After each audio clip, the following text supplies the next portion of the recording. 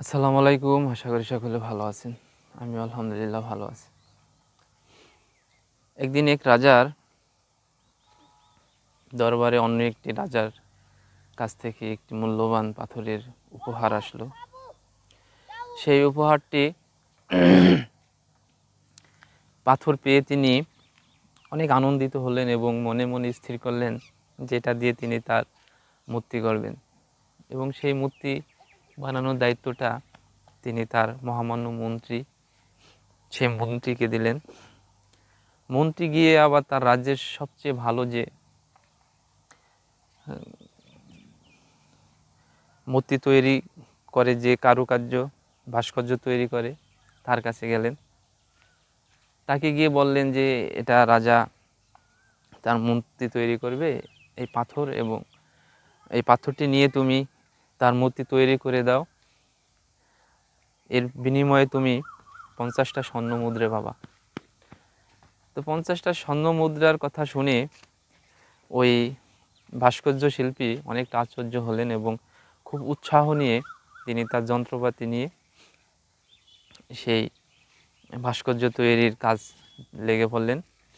তো ভাস্কর্য তৈরি করতে হলে তাকে প্রথমে পাথরটি ভাঙতে হবে, সেই জন্য তিনি বারবার তার অস্ত্র দিয়ে পাথরটিকে আঘাত করছেন। এভাবে আঘাত করতে করতে প্রায় 50 বার আঘাত করছে।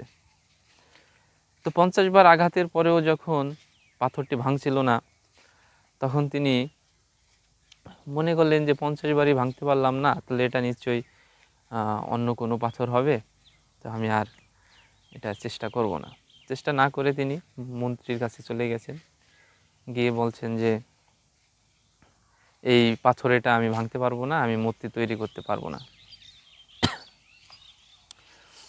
তো যেই কথা সেই কাজ, রাজা তো এদিক থেকে বলছে যে আমার মূর্তি তৈরি করে দিতে হবে। এখন মন্ত্রী কি করবে? তখন সাধারণ একজন কারুকার্য শিল্পী তাকে এনে তিনি বললেন যে এই পাথর দিয়ে তুমি রাজার একটি সুন্দর মূর্তি তৈরি করে দাও। তো সেই শিল্পী এসে প্রথমেই যখন একটি আঘাত করছে, তখনই পাথরটি ভেঙে গেছে। তার কারণ এর আগে পাথরটি অনেক আঘাত করেছে, তার ভিতর থেকে আস্তে আস্তে ভেঙে সে আলগা হয়ে গিয়েছিল। কিন্তু এই শিল্পী যখন শেষ আঘাতটা করে, তখন পাথরটি ভেঙে যায় এবং সেই ভাঙা পাথর দিয়ে তিনি মূর্তি তৈরি করতে শুরু করেন। তো এখান থেকে শিক্ষণীয় বিষয় হলো যে আমরা অনেকেই আছি যে আমাদের জীবনে অনেক সমস্যা, এবং সমস্যাগুলো যখন সলভের দিকে চলে যায়, তখনই আমরা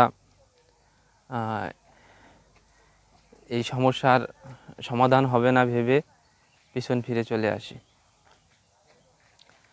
আসলে প্রকৃতপক্ষে হলো যে চেষ্টা যখন করবেন, তখন যে কোনো বিষয়ে মন থেকে চেষ্টা করা উচিত, এবং যে কোনো কাজেই আপনি সফল হবেন যদি আপনি সেটা চেষ্টা করেন।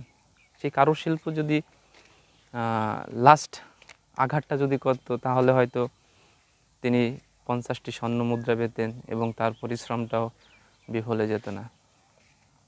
তো আমাদের এরকমভাবেই মন স্থির করতে হবে কোনো কাজে গিয়ে যে আমিই পারবো এবং আমার দ্বারাই সম্ভব, এবং যতক্ষণ পর্যন্ত আপনি সফল না হবেন ততক্ষণ পর্যন্ত তা চেষ্টা চালিয়ে যাবেন।